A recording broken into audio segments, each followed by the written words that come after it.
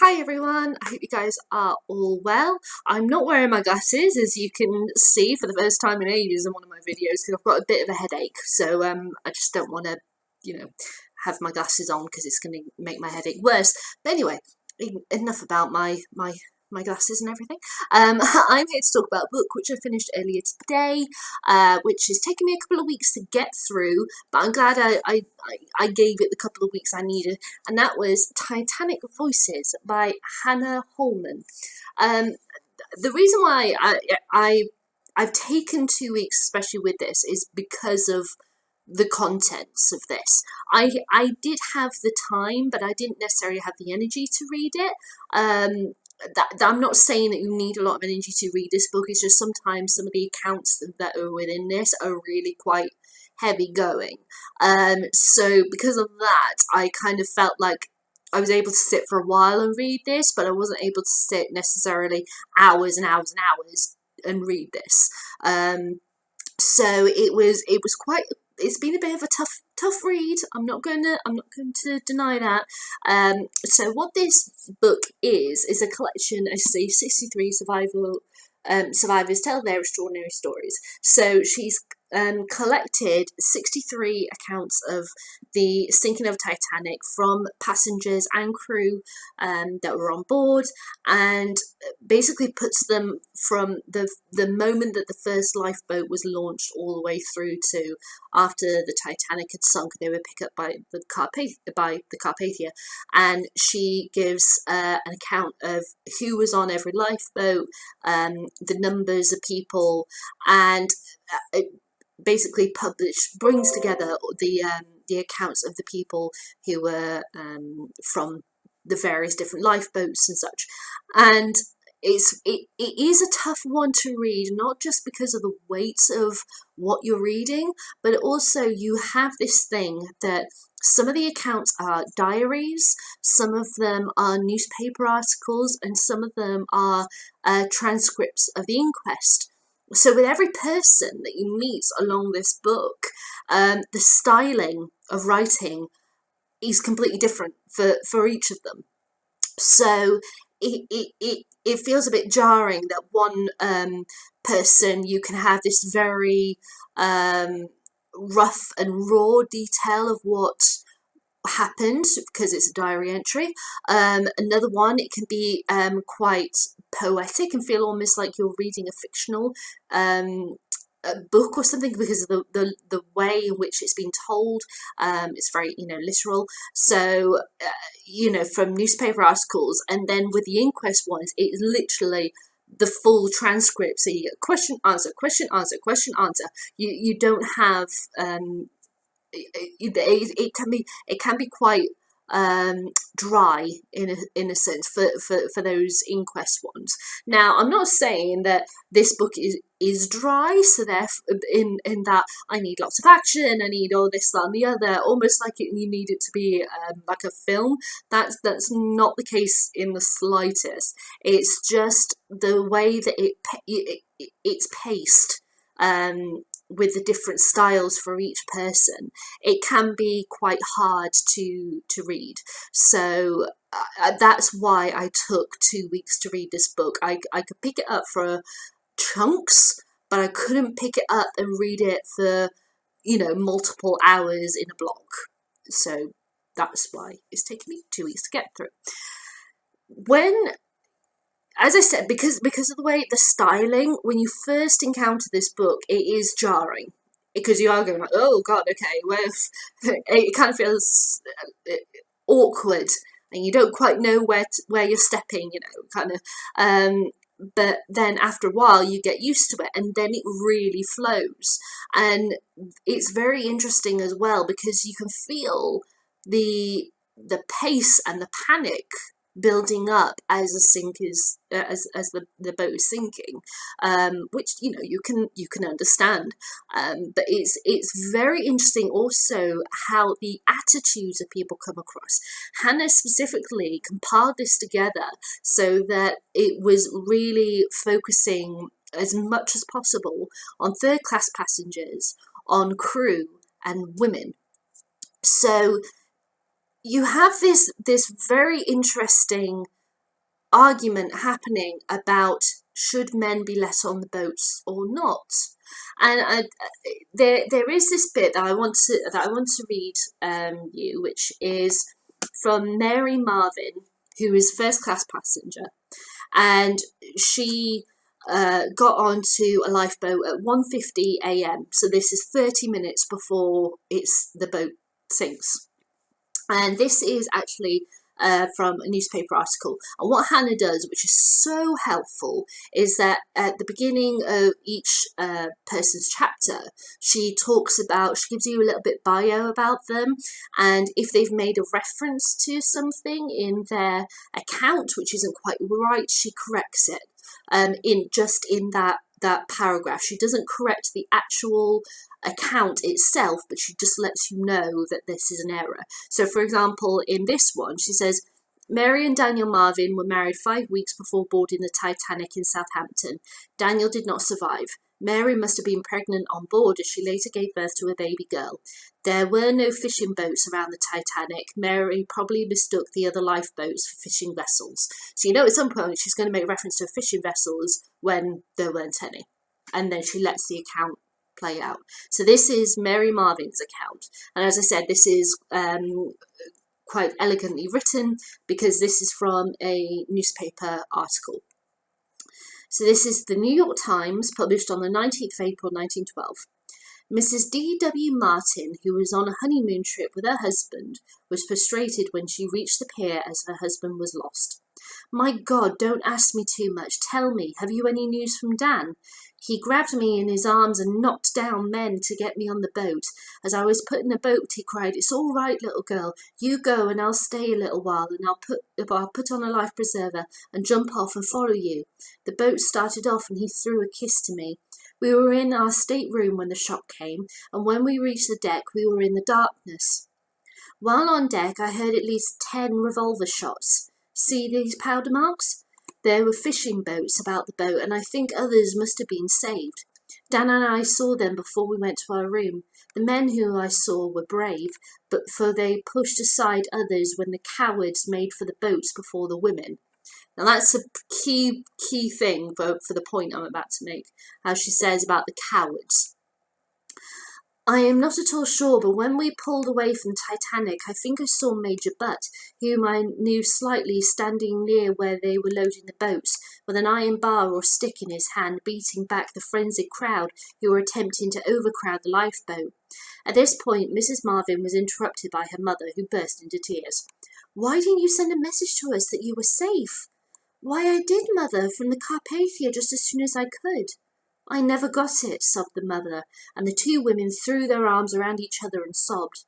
After she had regained her composure, Mrs. Marvin, talking to her mother, and said, I don't know why it was, but for some reason on board Carpathia they wouldn't take any message telling anything about the wreck. We were told that we could send short messages without names, and that was all. Then, as if recollecting something that had slipped her mind in the joy of being ashore, she told me one of the most beautiful stories relating on the dock. Just as she got into a seat on the lifeboat, she said a little French girl of about 5 was shoved into her arms by someone she did not see. Mrs. Marvin carried the baby during the 5 hours she was in the lifeboat, and then cared for the little unknown charge while on the Carpathia. On docking last night, she turned over the brown-eyed waif to Mrs. Irwin, chairman of the Women's Relief Committee. Mrs. Marvin is but 18 years old and was married only 5 weeks ago. So, as you can see, she's referred to the crowds, the revolver shots, how there were men who were cowards. They were fighting off the crowd to be able to get her through and everything, and she cared for this child. And on lifeboat number 4, which took off on the other side of the Titanic at the exact same time, this happens. So I'm just going to read you the little paragraph that Hannah puts at the beginning of the chapter. So, by the time Lifeboat 4 was launched, it only had to be lowered 15 to 20 feet before it reached the water. This boat contained the wives of some of the most eminent first-class passengers. Mrs. Astor, whose husband, multimillionaire John Jacob Astor, was refused permission to board by Second Officer Lightoller, Mrs. Thaner, and Mrs. Windner. Their husbands stayed on board following Mrs. Thyner's expressed sentiments that they were better to die than live dishonoured. That is quite surprising. But that was it. This boat picked up several men from the water, a couple of whom were alleged to be drunk. As the night wore on, the lifeboat began to take on water, with survivors reporting a foot of water in the bottom. Male crew 4, male passengers 0, women and children 36, total on lifeboard 40. British Board of Inquiry.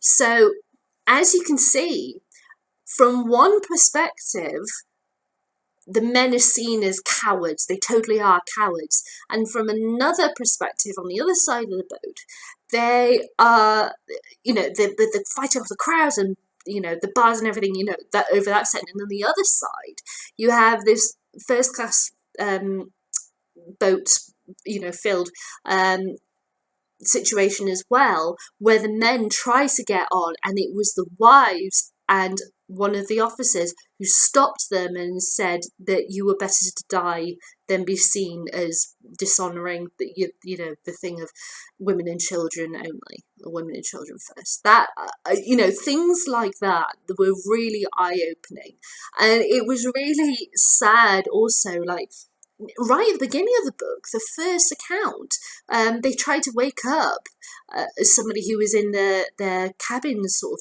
next door, and they had basically told them, oh, I'm going back to bed, whatever, and it just says, and they were lost to sea, and it's just like really jarring. But as it goes on, it gets more frantic, and the pace really picks up, and it really becomes such a heartbreaking book to read. So, as I said, it starts off slow and it's a bit jarring, but once you get past that, it's really, really interesting read. So I'm really glad I took my time with reading this to really take it in and to understand what happened that day, and it's so heartbreaking. I've only ever read one of the book about Titanic, which was actually about the musicians, called And the Band Played On. I can't remember who that was by, but that was a really interesting read about what happened to the band members. And the last chapter of this book is actually from the Carpathia, an account from the Carpathia of the man who got the signal from Titanic, the SOS, and then them going off to get the passengers of the Titanic, which was really haunting. It was a really powerful way to end the book. But yes, I would definitely recommend this book, despite the issues, as I said, but it was well put together. Hannah did an incredible job. It's been very, very hard, giving all of the possible different accounts, to structure it the way that she did, to make sure she added all the notes about errors in the accounts, and give you bios of all of these 63 people, very short bio, and any other little notes that she came across about the situation and what was going on at that time, and put it in chronological order. So it was, wow. So I can understand why this had a buzz.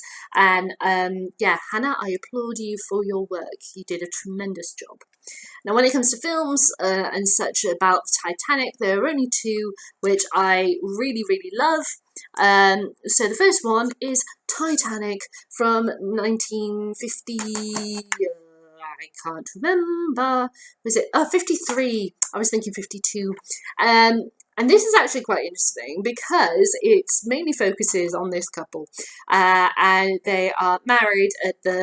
The wife of the couple, she's basically left her husband and taken the kids on Titanic, and he's run after them and managed to get on. And it's all about their relationship and stuff, but there's so many other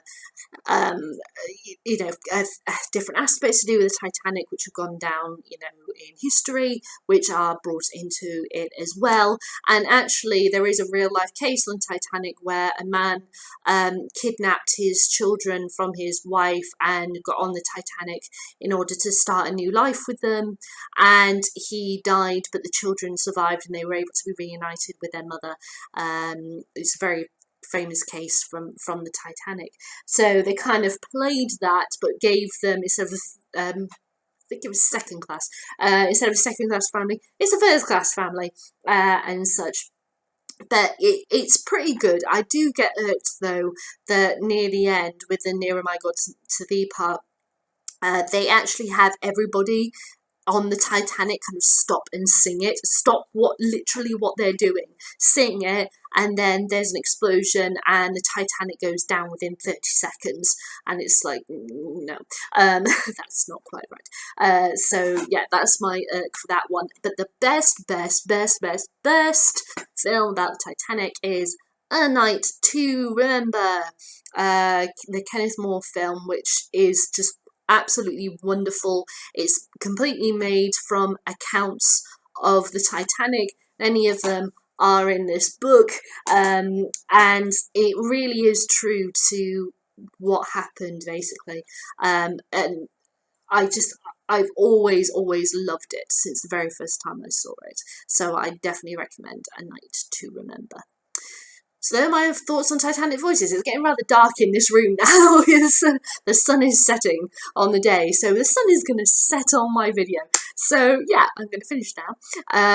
But yeah, have you read this book? I'd love to know what you think. You can leave me a comment in the comments box below. I'll give you a thumbs up, thumbs down, entirely up to you on each side.